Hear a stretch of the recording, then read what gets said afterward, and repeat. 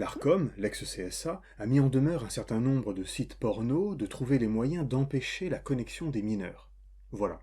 Je propose d'étendre cette mise en demeure à un certain nombre de contenus inappropriés disponibles dans les grands médias. Je pense à cette dégoulinante macronophilie qui s'y est développée. C'est l'affiche d'un homme extrêmement humble. Il a un côté plastique chez lui qui montre aussi qu'il sait s'adapter aux situations. C'est quelqu'un qui se met à hauteur d'individu et qui parle d'aventure collective. Il y a une guerre à nos portes, on va pas changer le chef de guerre, on va pas partir vers l'inconnu.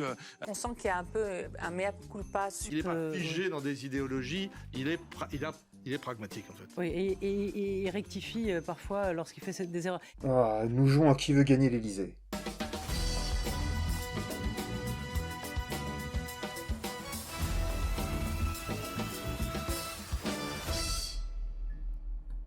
Alors qui va gagner l'Élysée? Macron, Macron, Macron ou Macron? T'as compris le délire? Il y a 10 jours on nous disait que la campagne n'avait même pas commencé, et maintenant on nous dit qu'elle est déjà finie. Faut dire qu'avec la guerre en Ukraine et sa déclaration de candidature, Macron a pris 5 points en une semaine. On a maintenant les 12 candidats officiels, on peut un peu mieux jauger les forces, construire des scénarios et faire quelques remarques sur la structure du paysage politique. Sur le graphique de l'agrégateur de sondages proposé par France Info, on voit se dégager 3 groupes. L'échappée macronienne, ses poursuivants et le peloton.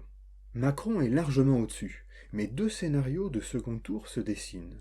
Le plus probable, celui d'une réitération de 2017. Un deuxième scénario peut se produire, un invité surprise. Mon intuition est qu'il est plus probable que cet invité soit Mélenchon plutôt que Zemmour ou Pécresse, et ce pour des raisons de concurrence interne à leurs familles politiques respectives, mais aussi pour des raisons de réservoir de voix chez ceux qui n'ont pas encore déclaré d'intention de vote. À droite, on va pas se mentir, la candidate LR n'y arrive pas très bien. On voit mal d'où pourraient venir des votes utiles en direction de Valérie Pécresse.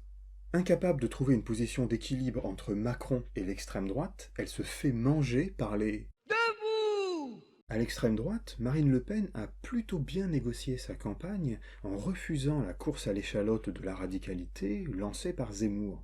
C'est lui qui recrée avec sa petite truelle le plafond de verre. Puisqu'aujourd'hui, il se retrouve à moins de 35% au second tour dans l'intégralité des sondages, c'est-à-dire en réalité le niveau où j'étais en 2017. Alors que j'ai moi-même, par le travail pendant 5 ans, fait exploser ce plafond de verre pour arriver aujourd'hui dans les sondages à 45, 46, 47%. Zemmour s'est affaibli tout seul par ses positions sur le handicap, les réfugiés ukrainiens ou sur Poutine. À gauche, on peut constater un certain symétrique de la situation de Pécresse. Les candidatures qui ont cherché à se positionner entre Macron et Mélenchon ne prennent pas. Taubira et Montebourg n'ont même pas passé les qualifs.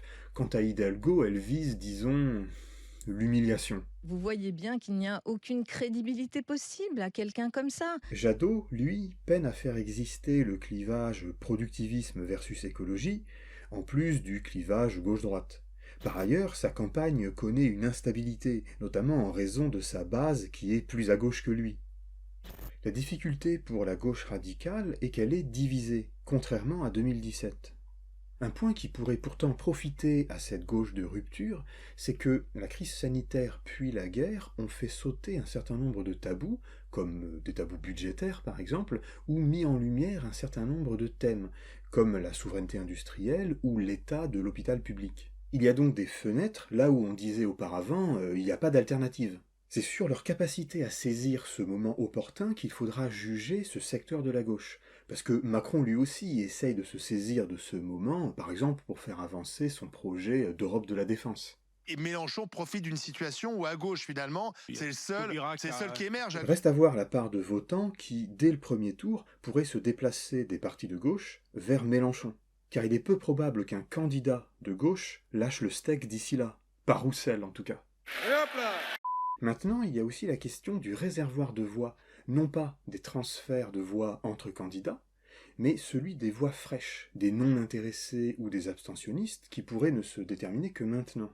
Pour les candidats du groupe des poursuivants, il y a un réel enjeu à réussir à les faire se déplacer, d'autant que le discours fataliste sur l'élection déjà pliée décourage d'aller voter. Tous les sondages donnent Emmanuel Macron archi favori au premier tour comme au second. Est-ce que les jeux sont déjà faits? Or, ces votes, tendanciellement plus populaires, plus jeunes, moins diplômés, iraient par hypothèse à Le Pen et Mélenchon, qui sont déjà mieux implantés dans ces catégories. Pécresse et Zemmour ont, eux, un électorat plus aisé socialement, plus âgé, déjà mobilisé et ayant déjà fait son choix. C'est ce qui me fait dire que les scénarios de deuxième tour Macron-Le Pen ou Macron-Mélenchon sont plus probables, tant pour des raisons internes à leurs familles politiques respectives que pour des raisons d'apport de voix nouvelles en raison d'une mobilisation des abstentionnistes. Le récent sondage Elab semble aller dans ce sens.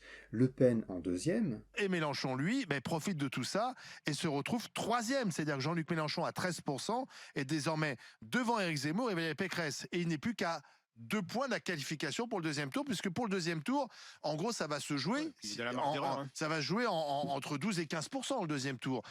On a donc une élection étrange, où l'enjeu porte seulement sur le concurrent qui va affronter Macron au deuxième tour, et non sur le vainqueur final, parce que, a priori, tous les duels sont remportés par Macron.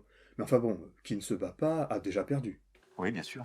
On peut toutefois considérer que la présence d'une gauche de transformation au second tour est un enjeu en soi. En effet, la nature du duel final détermine le clivage politique pour les 5 ans à venir, dans le débat public et peut-être à l'Assemblée. Et ça, c'est pas rien. À la semaine prochaine.